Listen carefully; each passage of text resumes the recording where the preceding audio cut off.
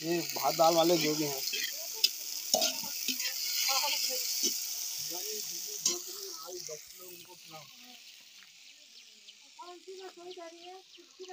ये भी जो गेस्ट आएंगे जो गेस्ट लोग आएंगे उनके लिए बनेगा। गैस पे बहुत मुश्किल है हल्का बड़ा ये कम हो गया।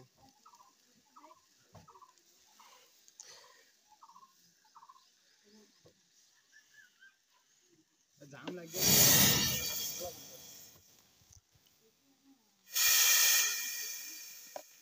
तो उन्होंने गैस उन्होंने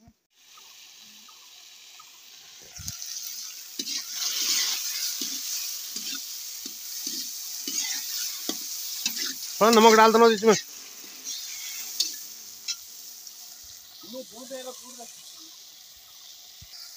हो जाएगा ना और डाल और एक कुकर से आगा फिर बढ़ा दिए। मिर्च डाल दे 2 चम्मच डाल दे। मिर्च पड़ रहा है किलो ऑलरेडी हो जाओ हरी मिर्च पड़ रहा है। ये डाल दो आधा चम्मच हो गया।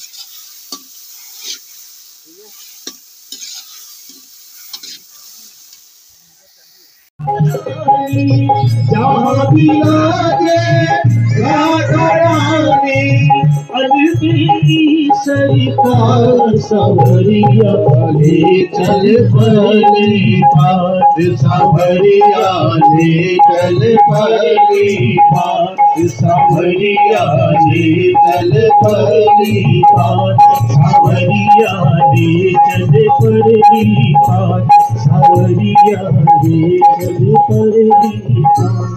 चंद्रमा का भगवान शिव के अंश में दुर्वासा मुनि और भगवान नारायण के अंश में अनुसुईया माँ के गर्भ में साक्षात भगवान दत्तात्रेय महाराज का प्राकट्य हुआ।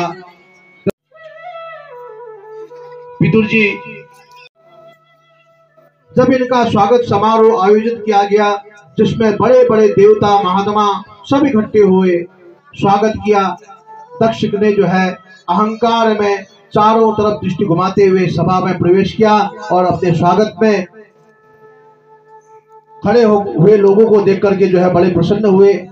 अचानक दृष्टि पड़ी भगवान कि 3 लोग खड़े नहीं हुए, ब्रह्मा विष्णु महेश। तो ब्रह्मा और विष्णु को देखकर तो कुछ नहीं बोला परंतु भगवान शिव को देख करके लाल पीला हो गया। ये तो मेरा दामाद है, मैंने अपनी बेटी सती का इसके साथ विवाह किया है, इसने मेरा सम्मान क्यों नहीं किया। बस यहीं पर बैठते ही भाषण प्रारंभ कर दिया। श्रूयताम ब्रह्मचार्यो में सहदेवा सहाग्नयः साधुनां ब्रुवन्तो वृत्तम नाज्ञायनात्मा सच्चरा। भोलेनाथ ने पूछा तुम्हें क्या समस्या है। सर्प बिच्छू सब बोले महाराज हमें जो देखता है हमारा मुंह कुचल करके ही फेंक देता है, दुनिया वाले हमको मार डालते हैं, जिंदा छोड़ते ही नहीं, इतनी घृणा हमसे करते हैं। भोलेनाथ ने कहा सब छोड़ो,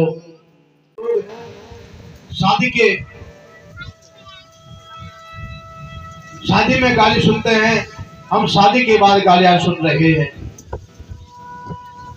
तुम भी सुन लो। अनुमति नहीं मिली तो नंदीश्वर बेचारे मन मार कर रह गए और शिव जी से बोले ठीक है महाराज सुनो। और दक्ष का दुस्साहस बढ़ता ही चला गया। शंकर को किसी भी यज्ञ में कोई भाग न दिया जाए। जब शाप दिया तो नंदीश्वर से जो है अब रहा नहीं गया।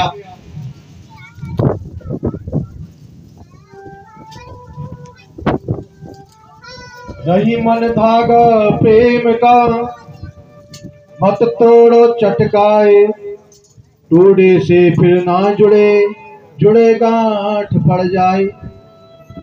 जब एक बार धागा टूट गया तो आप गांठ लगाकर जोड़ तो सकते हो पर वह गांठ अलग चमकेगी। यहां से टूटा है।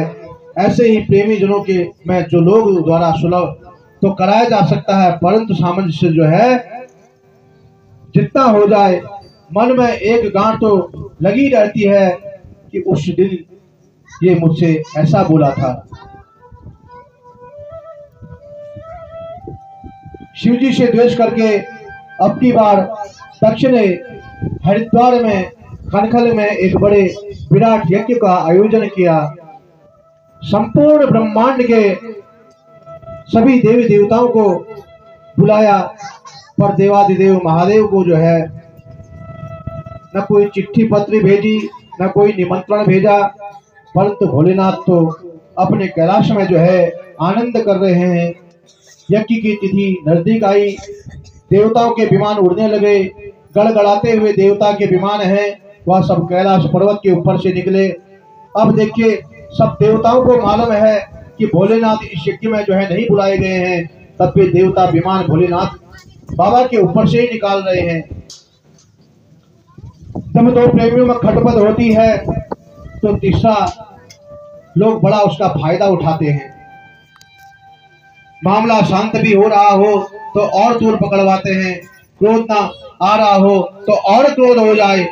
देखो, हम अपने घर में बैठे हैं और लोग हमारी ससुराल जा रहे हैं, पर भोलेनाथ को तो कुछ भी आपत्ति नहीं है। अपनी आंख बंद किए हुए जो है अपने स्वरूप का आनंद मत है। पर देवी सती जी जो है मन डगमगा रहा है कि अब सवेरे ही विमानों की झड़ी नहीं टूट रही। देवांगना ने कहा, अरे बहन, तू अभी ससुराल में बैठी है क्या? तुझे नहीं मालूम कि तेरे मायके में तेरे पिता ने कितना बड़ा यज्ञ का आयोजन किया है? सारी दुनिया वहां भाग रही है और तू अपने ससुराल में अभी तक बैठी है। अरे राम राम, मेरे मायके में यज्ञ और मुझे भी नहीं मालूम। सती मुस्कुरा करके कहती है, अरे बहन, तुम सब चलो, मैं बस अभी तैयार होके आ रही हूँ। पर माता सती के मन में एक बड़ा ही द्वंद्व खड़ा हो गया। कैसे हो गया? मैं तो अपने पिता की बड़ी लाडली बेटी हूँ, फिर भी पिताजी ने मुझे क्यों नहीं बुलाया? भोलेनाथ कहते हैं, आज हंस करके कहते हैं, देवी, आज आप कुछ ज्यादा ही धर्म निभा रही हो। यह संकोच बताएं, आपके मन में आज क्या है? तब सती जी अपनी बात जरा घुमा फिरा करके कहती है, प्रजापते ससुरस्य सांप्रतम निर्यापितो यज्ञ महोत्सवः किलः वयं जदन्ना विराम वामते। सती जी कहती है, भोलेनाथ, जरा दृष्टि उठा करके देखो। भोलेनाथ ने कहा, ये तो मैं सवेरे से ही देख रहा हूं। सती ने पूछा, क्या देख रहे हो? भोलेनाथ कहते हैं, इन विमानों को। सती ने कहा, आप देख तो रहे हो, पर आपको शायद ये मालूम नहीं, ये सारे विमान आपकी ससुराल में जा रहे हैं। यहाँ से मना कर ले जाएंगे। यदि आप नहीं गए और मैं भी नहीं गई तो हम लोगों की घर की लड़ाई पूरे समाज में फैल जाएगी। जितने भी बड़े देवी देवता पहुंचे होंगे अमरत्व को प्राप्त कर लेते हैं। जैसे सुनीति के पुत्र ध्रुव की आज भी लोग जो है उनको जानते हैं कि आकाश में चमक रहा है। ऐसे ध्रुव तारे की तरह चमकना चाहो तो सुनीति का ही जो है आश्रय लेना चाहिए।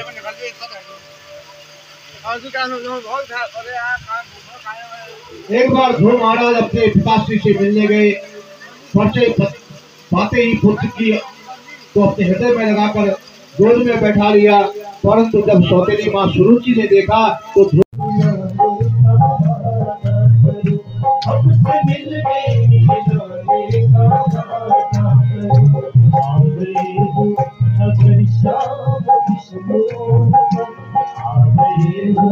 अगर शाम इस मोड़ पर हमसे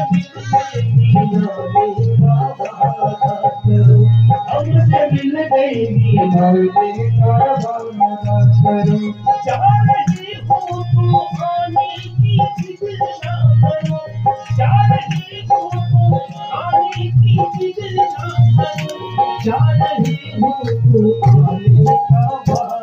जा रहे हो कुर्बानी का वादा करो, आ रहे हो अगर शाम को हमसे मिलने मीनारे का वादा करो, आ रहे हो अगर शाम को हमसे मिलने मीनारे का वादा